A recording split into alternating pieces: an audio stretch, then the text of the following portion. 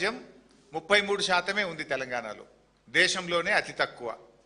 Hydel power ఉత్పత్తి చేద్దామంటే నీళ్లు లేవు, థర్మల్ పవర్ ఉత్పత్తి చేద్దామంటే బొగ్గు లేదు.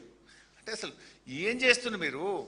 గవర్నమెంట్ నడిపే వాళ్ళకు ఇలా మరి నీళ్లు లేవు, హైడల్ పవర్ ఉండదు ఈసారి, మరి కనీసం థర్మల్ పవర్ అన్న 100% ఉత్పత్తి చేయాలి, దానికి బొగ్గు నిల్వలు స్టాక్ పెట్టుకోవాలి అనే సోయి చేయాల్సిన బాధ్యత లేదా?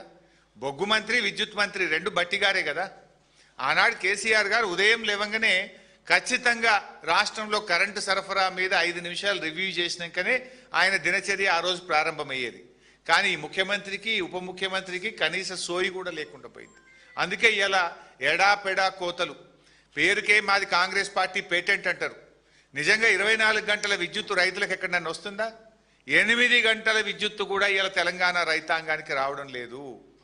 కరువు వస్తుందని ఎప్పటి నుంచో చెప్తున్నా కూడా ఈ ప్రభుత్వానికి నీళ్లు ఎత్తడం మీద ధ్యాస లేదు, విద్యుత్ ఉత్పత్తి మీద ధ్యాస లేదు. వీళ్ళ ధ్యాస అంతా దేని మీద అంటే కమిషన్ల మీద, కొట్లాటల మీద తప్ప ఇవాళ ప్రజల మీద, రాష్ట్రం మీద, విద్యుత్ ఉత్పత్తి మీద, గోదావరి జలాలు ఎత్తడం మీద వీళ్ళకి ధ్యాస లేకపోవడం వల్లనే రాష్ట్రంలో ఈరోజు ఈ ఇబ్బందులు వస్తూ ఉన్నాయి. ఇవాళ మెదక్, సంగారెడ్డి, సూర్యాపేట, కరీంనగర్, ఆదిలాబాదు, వరంగల్, బట్టిగార్ జిల్లా, ఖమ్మం, ఇట్లా అన్ని జిల్లాల్లో కూడా రైతులు రోడ్ల మీదకి వచ్చినారు. కరెంటు ఇలా రైతులకు 7-8 గంటల విద్యుత్ సరఫరా కూడా ఈరోజు జరిగినటువంటి పరిస్థితి లేదు. ఒక్క నిమిషం ఆ వీడియో కూడా, రాష్ట్ర వ్యాప్తంగా జరిగిన ధర్నాలు ఈరోజు జరిగిన వీడియో కూడా మీకు 1 మినిట్ చూపిస్తాం.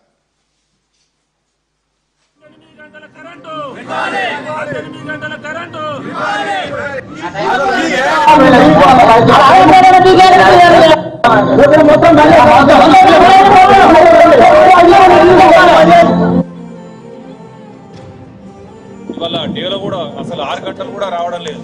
ఎందుకంటే ప్రతిరోజు ఆ విద్యుత్ అధికారులు అడిగితే ఇవాళ మెయింటెనెన్స్ ఉందన్నాడు, లేకపోతే సబ్స్టేషన్లో రిపేర్ చేస్తున్నాం, ఇది చేస్తున్నాం, వారం రోజుల నుంచి ఇదే వాళ్ళు చెప్తా ఉన్నారు. కానీ ఇవాళ కనీసం 6 గంటల కరెంటు కూడా దిక్కు లేదు ఇవాళ ఈ ప్రభుత్వంలో. మరి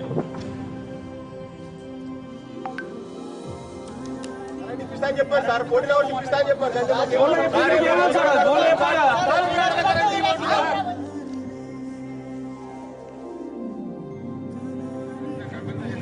ఇప్పుడు బాధ్యులు మీరే కదా సార్. ఇప్పుడు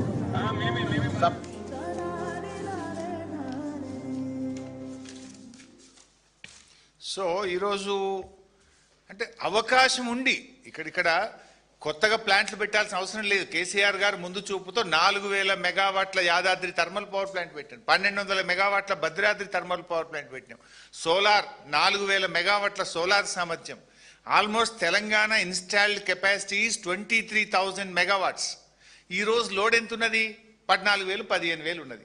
23,000 మెగావాట్ల సామర్థ్యం తెలంగాణకుంటే 14,000-15,000 మెగావాట్ల లోడ్ లేదు. ఇలా ఎందుకు కరెంట్ కట్ చేస్తున్నారు? అంటే 7,180 మెగావాట్ల థర్మల్ పవర్ రావాల్సిన చోట 3,190, 44% థర్మల్ విద్యుత్తు మీరు ఉత్పత్తి చేస్తున్నారు. అంటే దీనికి కారణం ఏంది? బయట కరెంటు కొంటున్నారు. ఇవాళ రోజుకు 80 మిలియన్ యూనిట్ల కరెంటు పవర్ ఎక్స్చేంజ్లో కొంటున్నారు. అంటే నువ్వు ఉత్పత్తి చేసుకునే కరెంటు బంద్ పెట్టి బయట ఎందుకు కొంటున్నారు మీరు? ఈ భారం వినియోగదారులు, ప్రజలు, పారిశ్రామికవేత్తలు ఎందుకు భరించాలి? యూ హ్యావ్ ద కెపాసిటీ, కానీ బొగ్గు లేదు అని చెప్పి తాళం వేస్తున్నారు, బంద్ పెడుతున్నారు. బంద్ పెట్టి ఏం చేస్తున్నారు? బయట 80 మిలియన్ యూనిట్ల కరెంటు కొంటున్నారు ఒక రోజుకు ప్రైవేట్ ఎక్స్చేంజ్లో, అడ్డగోల్ కాస్ట్ పెట్టుకుంటున్నారు. అసలు ఇది ఎంత నిర్లక్ష్యం!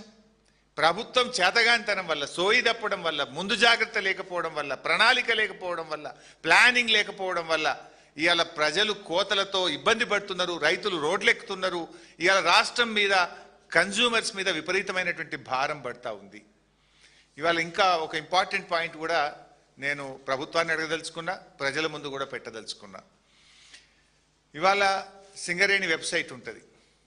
సింగరేణి వెబ్సైట్లో మొన్న జనవరి వరకు రోజు ఎంత ప్రొడక్షన్ అవుతా ఉంది, అందులో గ్రేడ్ ఏంది, G5, G6, G7, G8, G12 ఎంత, G14 ఎంత, G13 గ్రేడ్ కోల్ ఎంత ఉత్పత్తి అయింది అనేది ప్రొడక్షన్ డీటెయిల్స్ బీఆర్ఎస్ హయాంలో ఓపెన్గా కనబడేది, నో సీక్రెట్. కానీ అలా కాంగ్రెస్ రాగానే ఆ వెబ్సైట్ క్లోజ్ చేసేసారు. అసలు ఏ రోజు ఎంత కోల్ ఉత్పత్తి అవుతుంది, ఎంత స్టాక్ ఉంది, supply details, and coal quality ఇది ఏది కూడా ప్రజలకు కనబడకుండా దాన్ని ఆ వెబ్సైట్ని క్లోజ్ చేసింది. అంటే పారదర్శకత లోపించింది.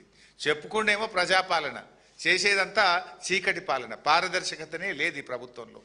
ఇవాళ ఏం జరుగుతుంది? క్వాలిటీ కోల్, మంచి కోల్ నైనీ బ్లాక్లో కానీ సింగరేణిలో వచ్చే మంచి బొగ్గును తమిళనాడుకు, కర్ణాటకకు, ప్రైవేటు ఐరన్ ఓరు స్టీల్ మ్యానుఫ్యాక్చరర్స్కు, ఆంధ్రప్రదేశ్కు, ఇతర రాష్ట్రాలకేమో మంచి బొగ్గు అమ్ముతున్నారు.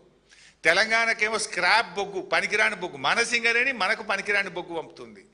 రోజుకు 100 రేకులు వస్తే 70 రేకులు రిజెక్ట్ అవుతున్నాయి, 30 రేకులే పాస్ అవుతున్నాయి. ఇలా మంచి క్వాలిటీ బొగ్గు మన సింగరేణి మన తెలంగాణలో ఉంటుంది. మనకు నాణ్యమైన బొగ్గు రాదు. తమిళనాడుకో, స్టీల్ ప్లాంట్లకో, ప్రైవేట్ ఆపరేటర్లకో, కర్ణాటకకో, ఆంధ్రప్రదేశ్కి ఏమో మంచి బొగ్గు పోతుంది, తెలంగాణకు రిజెక్టెడ్ బొగ్గు వస్తున్నది.